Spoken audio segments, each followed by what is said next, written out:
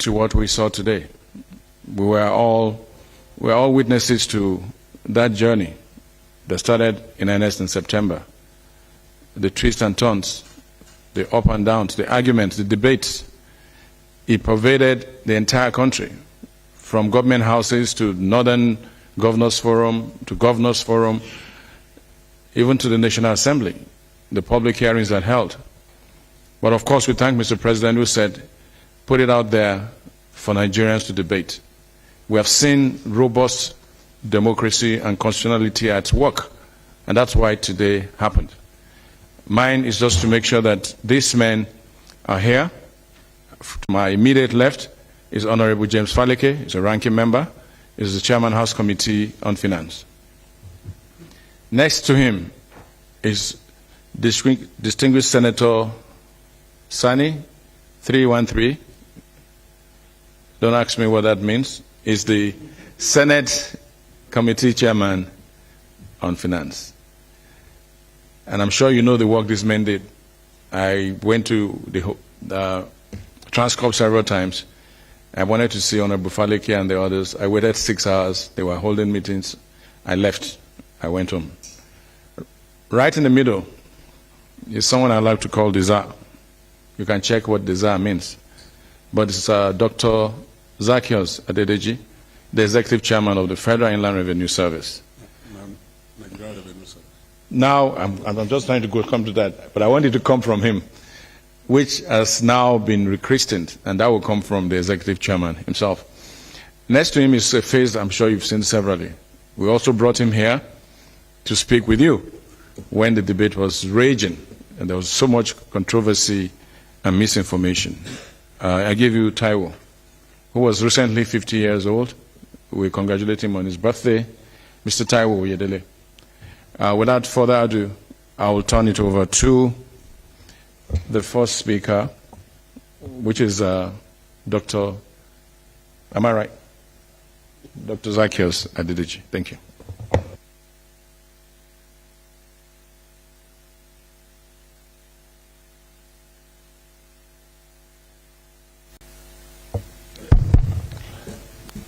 Good afternoon.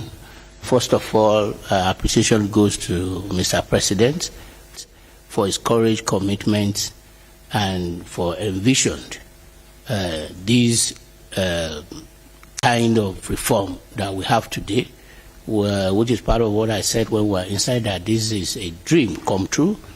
After that, we need to appreciate, through the grace of God, those people God has actually used to put us where we are today. Distinguished Senator and my father, Senator Sonny, the House Committee Chair on Finance. We thank you for your commitment, dedication. The generation unborn shall surely be grateful to you. And to my Honorable James Faleke, for your leadership, maturity in handling all these matters. We can't thank you enough. The whole Nigeria would definitely appreciate you. And to my lecturer, Prof. Prof, thank you for the intellectualism that you brought into this. After I've said that, we all know, because this is what we've explained during the course of this journey, that we have code laws that we need to bring to bear to states that actually match the situation that we have in our country today. And the SA media said it, that before federal land revenue before 2 hours, today, by special grace of God, through the assent of Mr. President, we are now Nigeria Revenue Service, which is expanded scope to also focus on non-tax collection, increase efficiency, and actually match as a source, as the implementer of all other major tax that we have. For the basic benefits and questions and the real contents of this law, I will yield shortly now to Mr. Taiwo to give you the rundown of what you are about to see and our implementation schedule, the timing and the way we want to do it, just to have something for the press. And after that, I think our people, supervisor here, will now tell us what they expect from us and going forward what we should do. So once again, I thank you. Thank Mr. President. So Mr. Taiwo. Thank you very much, my brother, and then good afternoon, everyone. To our leaders and the lawmakers here, thank you for the hard work. I think I just want to reemphasize the importance of the leadership that Mr. President himself provided for this reform. I don't think there's anyone in Nigeria that will disagree with that. We always talk about political will. This is the actual demonstration of political will. Even when it became so heated, there were people calling names, it became politically risky for even Mr. President, because it took a different dimension from regional issues to religious issues. And those things are things Nigerians are sensitive about. An average leader would have just backed down. He kept encouraging us to say, let's keep doing it. It's the right thing. I do not take that for granted, and I thought I should put it on record. And I've said a couple of times, Mr. President did not dictate anything to us. He allowed us to do our work professionally, only asking us questions and providing guidance. I think that's a very important example of how to provide leadership. Another thing that Mr. President did, which is extremely important, was to say he wasn't looking for a committee that will advise and take photos and walk away. He said we have to stay the course and support the government to implement. And anytime I think about it and I look back, I say, imagine we had submitted a report that says we write Nigerian laws, and we took photos and left. When it became very controversial, how would we have been able to deal with it? I think this model should be replicated for subsequent reforms because it has worked. Having said that, today is a very important day in the life of our country and by extension in the life of our people. Nothing of this magnitude has been done in the history of Nigeria, pre or post-independence. Today is the day that very holistic reform that we have been asking for, some of us have been practicing as professionals for more than 2 decades. And we seem to be speaking to ourselves, or nobody was listening. It became very frustrating. We see the potential of the country and what was possible, but we're being held down by laws that were anti-businesses, that were counterproductive all over the place. And having the courage to bring all of it together and put that reform through at this time is truly, truly commendable, and I'd like to say congratulations to all Nigerians. Now, these reforms are not about raising more taxes. I think people get it wrong.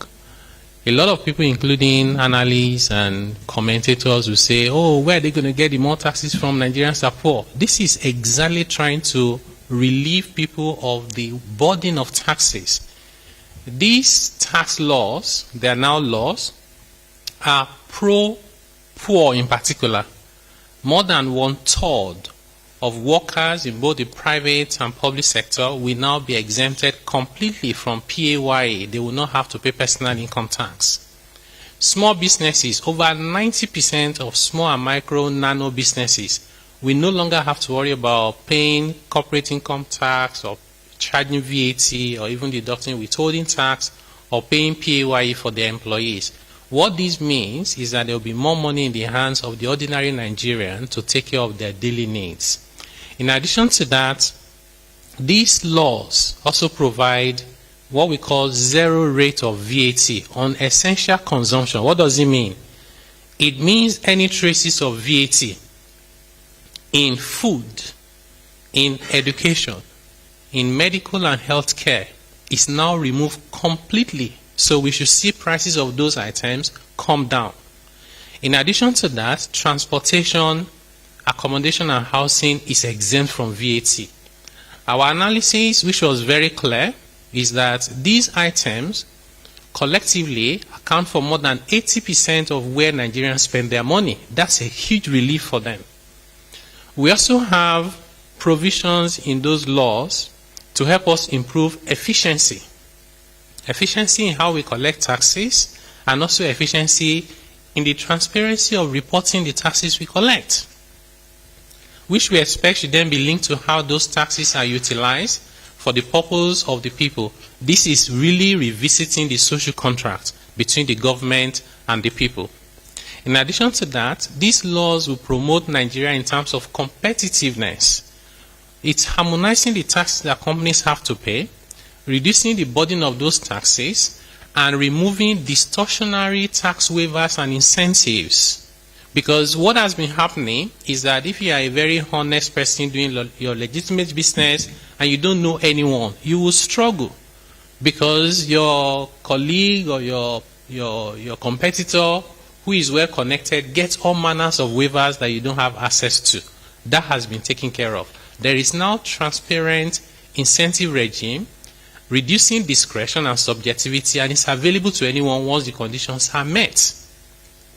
We also have provisions that speak to wasteful incentive generally, including how do we address tax evasion. This is another very important point.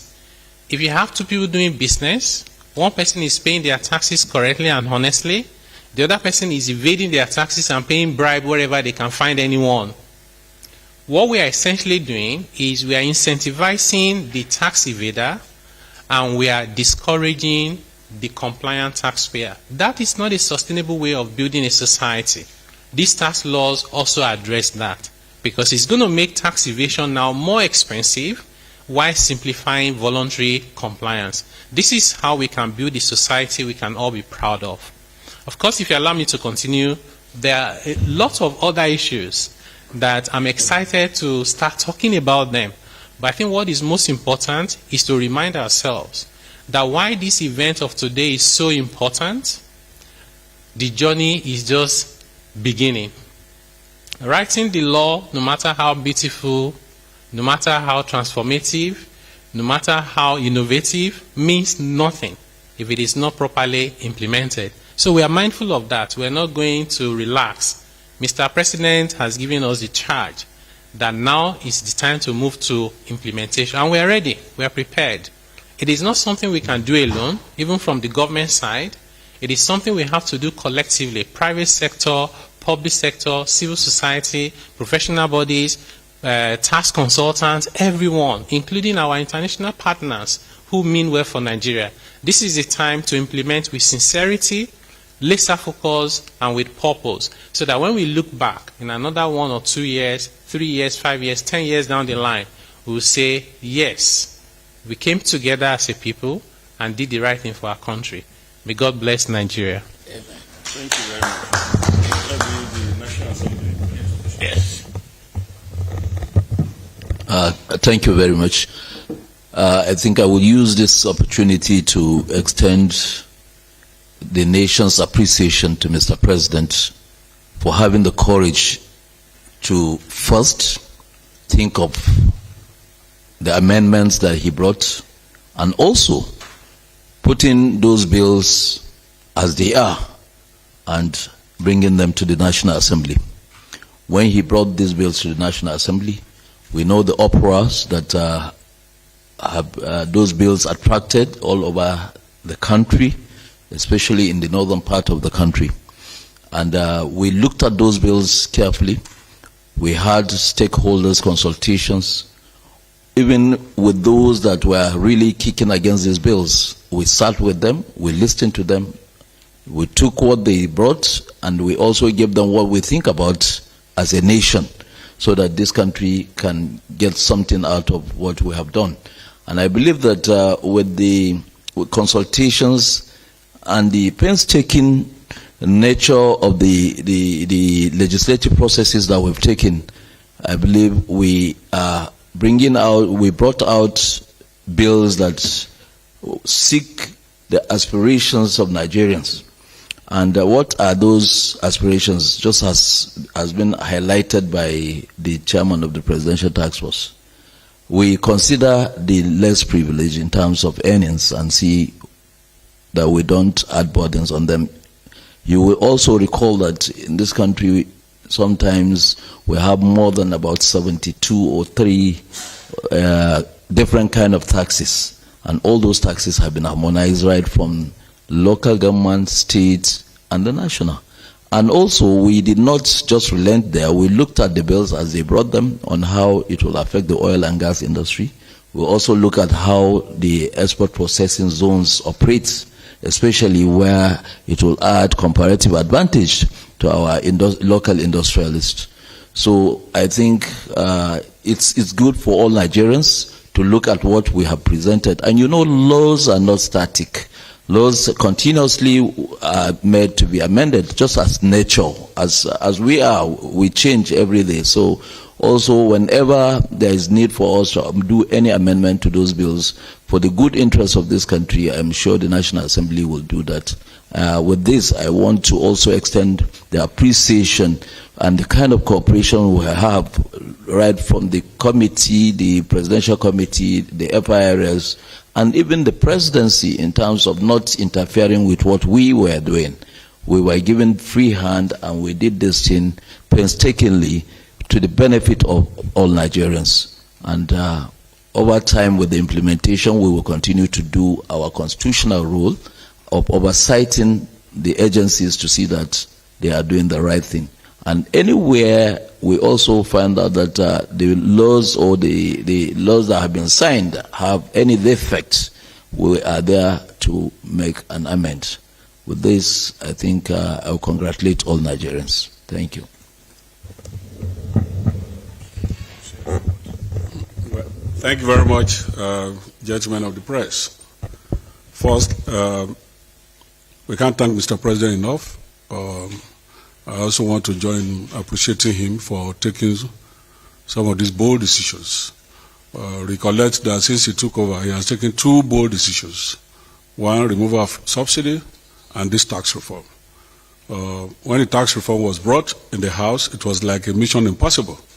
And but we thank God with the cooperation of all Nigerians, including the governors. And of course, particularly from the House of Rep, I want to express appreciation to Mr. Speaker for allowing us to take our time to do the needful. I think that when the subsidy was removed, the Nigerians who felt the pain, we also realized that the subnationals, the states and the local governments, are now getting triple of what they used to get. I want to also say boldly that with this tax reform, which has no bearing with increase in taxes, it's just covering more loopholes and taxpayers. And then, of course, giving Nigerian Revenue Service the capacity to use software, ICT, and all, so that all of us will be in the tax net, majority of us, rather than so that we can have our GDP to tax to be higher than what it is now. For me, I think that at the end of the day, by next year, when this thing starts to roll in, the subnationals again should be expecting an increase in their monthly revenue, which we know that it should be to the benefits of Nigerians at their various homes and local governments. All we can say is to say thank Nigerians, especially the media, for also giving us the coverage that it deserved during this process that we went through. It took us over 10 months to get to where we are, and I'm sure Nigerians will be better for it. Thank you, and God bless you. Thank you very much. Please, we'll take, because of 2 questions. Lasisi. I've called Lasisi. Anyone else? The ladies aren't asking any question today? Answered. Lasisi. Let's go.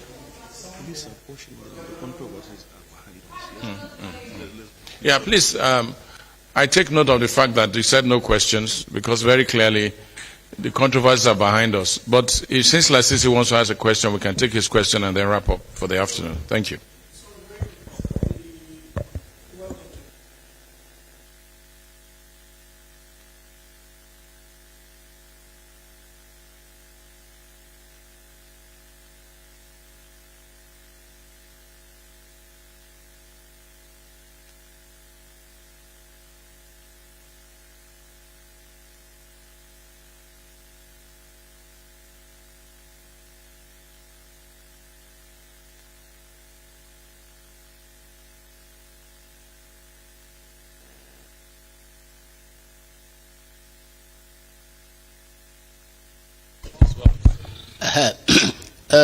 based on best practices globally.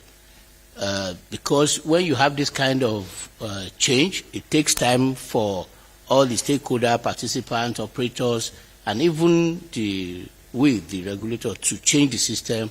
So with the magnanimity of the National Assembly, Mr. President, so the effective date will be January 1st, 2026 by the special grace of Almighty God.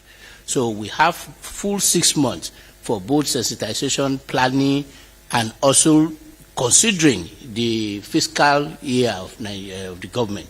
Because when you have this kind of change, it's not what you do mid-year, because if the application of law is better you start from the beginning of the year.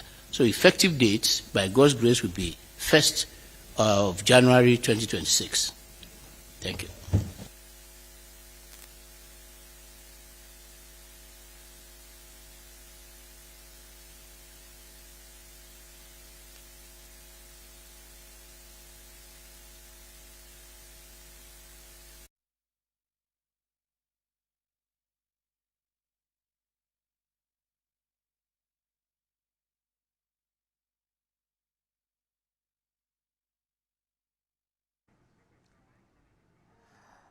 You're watching TVC News, and here we're bringing you a live feed from the nation's capital, Abuja, following where in the last hour, President Bola Tinubu signed 4 major tax reform bills into law.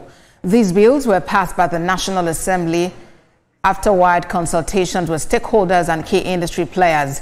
And live there on the television was when the President Bola Tinubu was signing the bills into law. He's surrounded there by key players, including chairman of the FRS, which now has a new name, Zaka Dedeji, heads of the Committee on Finance for both the Senate and the House of Representatives, including other key players who witnessed that historic moment where these bills, which have been in discussion since September 2024, have finally been assented to by the president and have now become law. And just a moment ago, some of those key players gathered to brief the press about the journey that culminated in what we are experiencing today.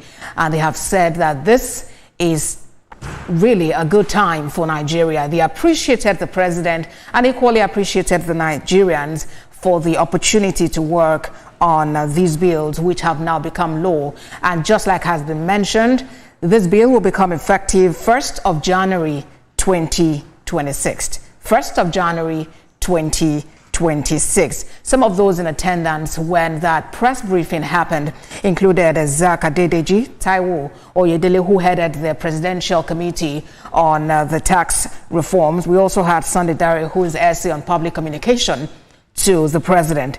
We had James Falike, who is chairman House of Reps Committee on Finance.